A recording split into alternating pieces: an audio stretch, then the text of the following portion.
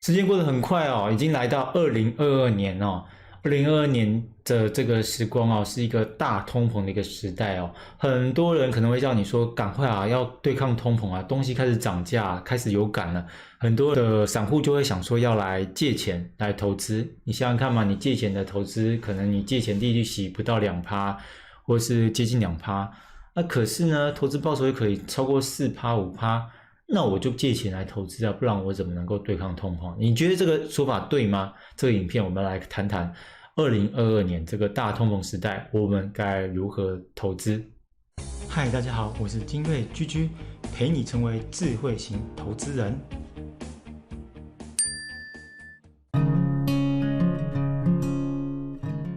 首先，我们来看看这个美国的通膨到底有多高。很多人可能认为说，目前台湾的这个通膨还好啊，可是你可以看到，美国的通膨哦，在最近一个月的公布哦，已经公布它的通膨率已经达到7%了。最主要会造成这个快速的通膨有3个最主要的一个原因。第一个是政府大撒钱，政府在这个 COVID-19 的情况下，就直接以前都是慢慢降息，2008年是慢慢降息。但是现在是直接疯狂撒钱。那疯狂撒钱的方向呢，虽然让经济快速的复苏呢，可是呢，当然也会导致这个通膨快速上升。第二个呢，是 COVID-19 疫情的影响，导致呢供给开始缩减，很多的一些供给开始缺货，像很多航运股也变成大暴涨，因为没有货柜嘛。那第三个呢，是能源的一个政策。因为现在就是因为这个疫情的关系，所以政府开始狂推绿色能源政策，要净零碳排等等等的一些政策都很强硬的来实施。这3个最主要的原因让这个通膨开始快速的上升。而美国它原本说这只是短暂的一个通膨，但是美国联储已经发现这个通膨率居高不下，已经一直快速的上涨，所以美国开始有所作为，美联储已经要决定出手动作，所以未来这个美联储的一个政策施政的方向呢，会来决定我们未来通膨的影响。我们来看一下各国央行它到底的这个货币会有什么样的一个政策呢？这是一个政策的预测表。那我们可以看到呢，在2021年的第4季呢，这个美联储已经开始在缩表了。那英国也开始缩表，然后加拿大也开始缩表，主要的几个大央行其实都开始缩表，而且都慢慢的实施升息的一个说法。而且当通膨居高不下的话，这个情况呢，他们就要非常强烈的实施升息，来导致通膨不会那么快的上升。而中国反而很不一样哦。我们可以发现呢，中国反而跟这几个重要的主要央行都完全的相反。它因为疫情，它有清零的一个强烈的政策，加上因为中美贸易战啊，美国就禁令的关系啊，还有他们中国自己监管的影响，他们经济在2021年呢，不但没有成长，而且还出现萎缩。在这里呢，我虽然并不是喜欢中国，我并没有什么政治的立场，我对政治也没有特别的兴趣，但我反而非常认可中国这样的一个行为。我们要知道，日本它那个时候它的经济 GDP 成长在前3的时候呢，他们是非常非常的泡沫。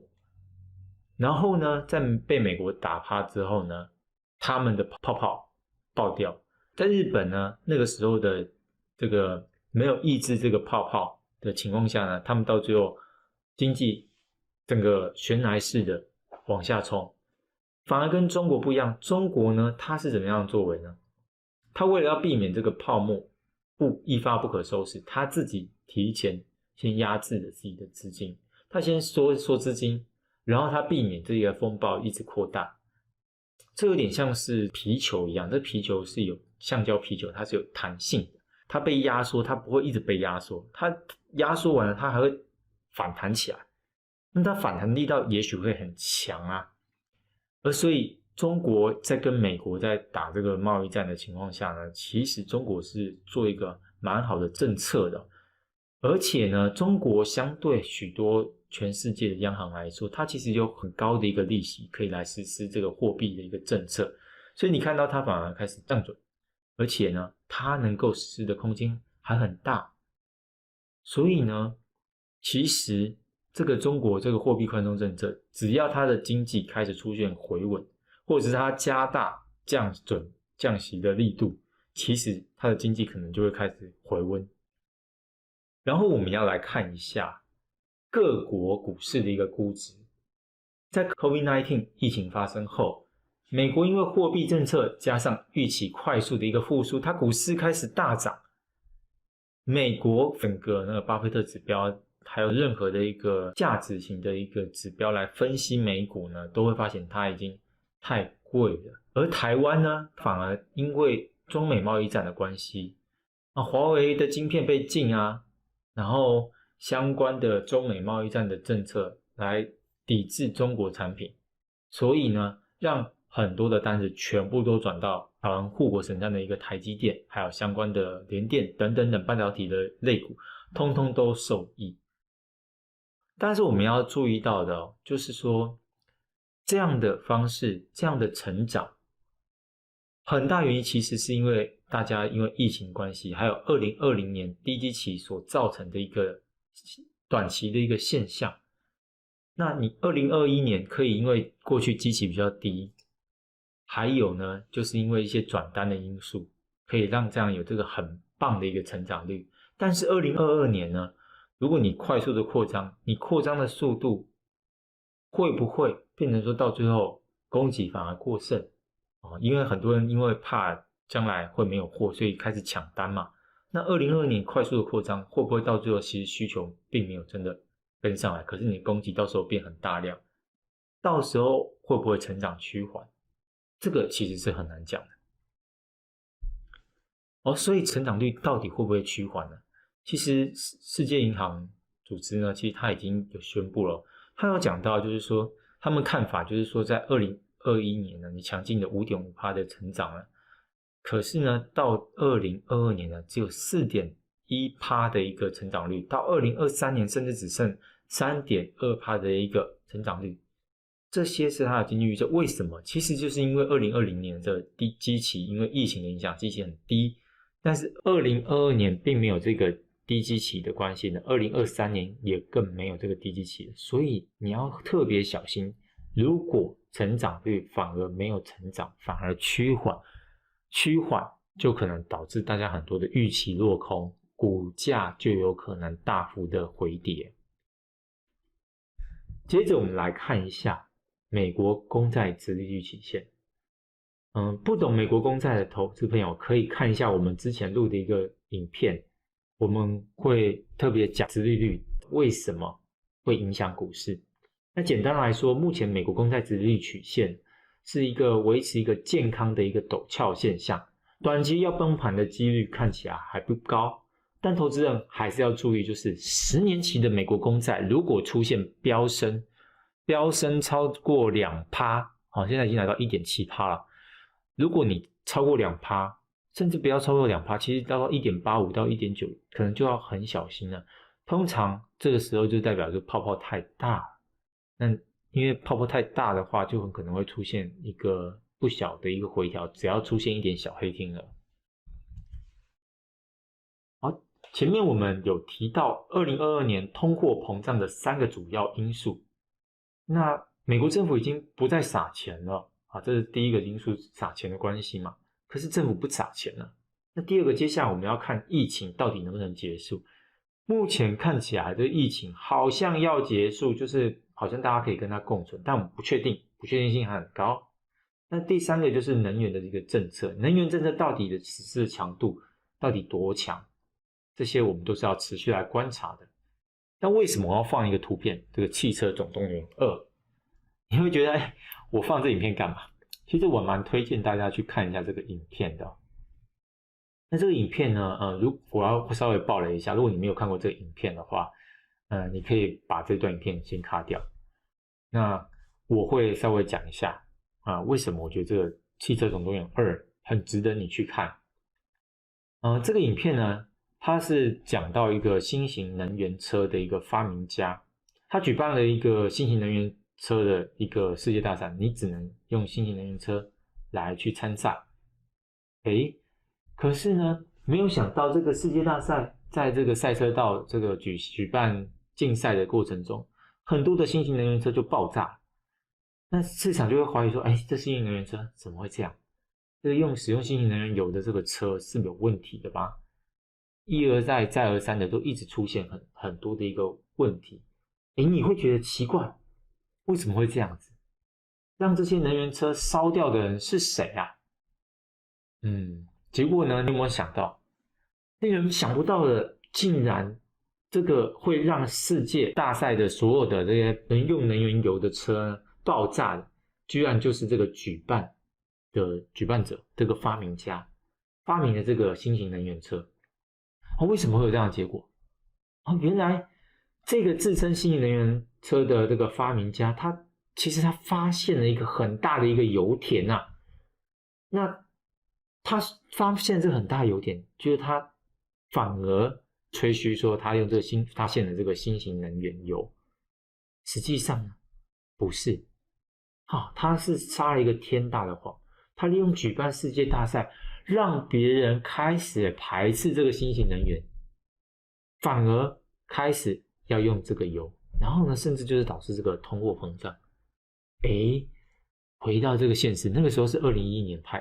拍的片。你看看现在是不是有一点这种现象？美国它现在实施什么政策？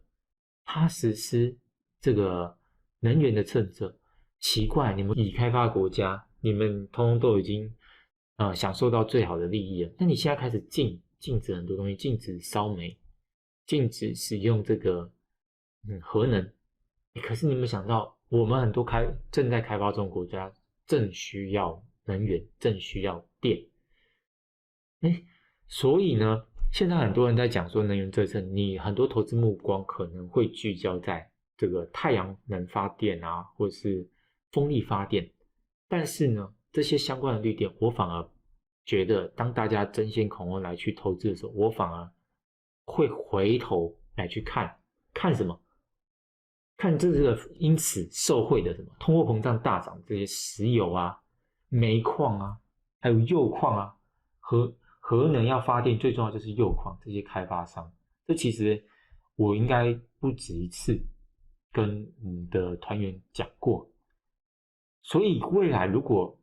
疫情控制不住，而且我觉得美国它并没有很强的手段可以来去做升息，因为我觉得他们现在债务很大，升息它也不太可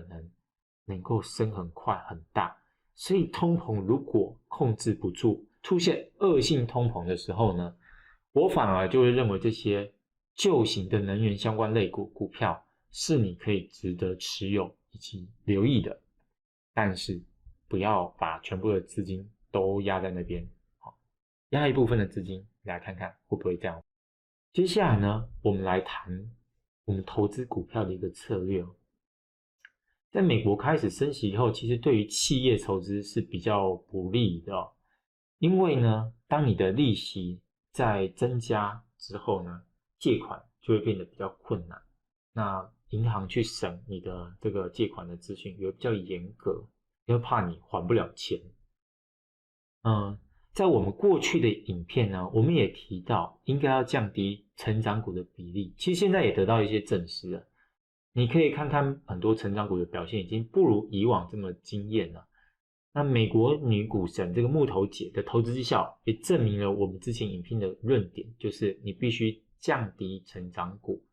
在2022年呢，我在帮这个团员们准备的这些股票资料整理，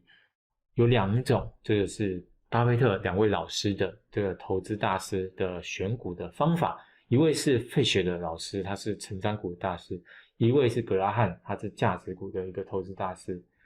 我希望你们能够尽量找就是价值股，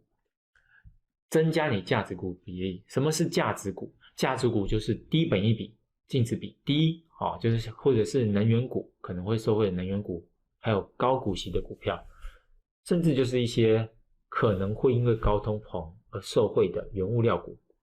这些是你可以持有的。那相对应的，如果是一些成长股，因为我们前面有提到，成长有可能会趋缓，尤其是一些本益比高、净值比高的股票，我并不是说他们公司不好，而是他们太贵了。尤其是没赚钱的高科技股，你应该避免，因为他们将来筹资会有难度。接着最后，我们来讲这个前面我们最重要的问题，到底我们要如何来对抗高通膨？虽然很多投顾老会叫你赶快借钱来投资，才能抵抗通膨，但我这边提出这个自己的3个投资方向。第一个就是你不要去过度的借钱，而且你不要想要借钱单压在这个过热的市场。我所谓的过热的市场，就包含台湾、美国这种高基期的市场。为什么这样说？前面我们有讲到，有可能成长会趋缓，不见得会一直维持这么高成长，所以请你千万不要去借钱。甚至你应该，如果借钱投资有赚钱了，2021年有赚钱了，你可以还掉部分的这个借款，因为如果升息来讲，你的这个借款利率可能会提高，会对于你投资会有这个风险。第二个呢，我们要多元的一个布局。所谓的多元布局，就前面我们也提到的，就是你不要去想看单一的市场。其实有很多的市场是低基期的，包含就是大陆还有香港的股票，他们都还在低基期，所以你投资，如果投资他们的高股息股票、低净值比的股票，它又是不会倒的股票，甚至如果是垄断型的股票，都是很不错的一个投资标的。甚至呢，你甚至可以去借钱给别人，也就是你如果借钱，它是会给你固定利息的。包含你投资一些，如果在美国长期公债，它的殖利率飙涨到一个点的位的时候，其实你就甚至可以买一点来去做一个避险。最后一个呢，第3个我想要告诉你的，就是所有都不可能错的，就是在高通膨底下，你应该要投资你自己。为什么说要投资你自己呢？因为投资自己是永远不会错的。如果你让自己有更好的这个生产力，可以让老板给你加薪，或者是你上一些课程，让你自己在投资上或者是在知识的成长有所提升，可以增加你未来赚钱的能力，这都是一个最好的一个投资。请你把你的钱来投资自己，而不要借钱来去投资你不熟悉的市场。好，以上就是今天所有的影片内容了。如果影片有帮助的话，请你给我们一个赞。我是精锐居居，陪你一起成为智慧型投资人。我们下次再见。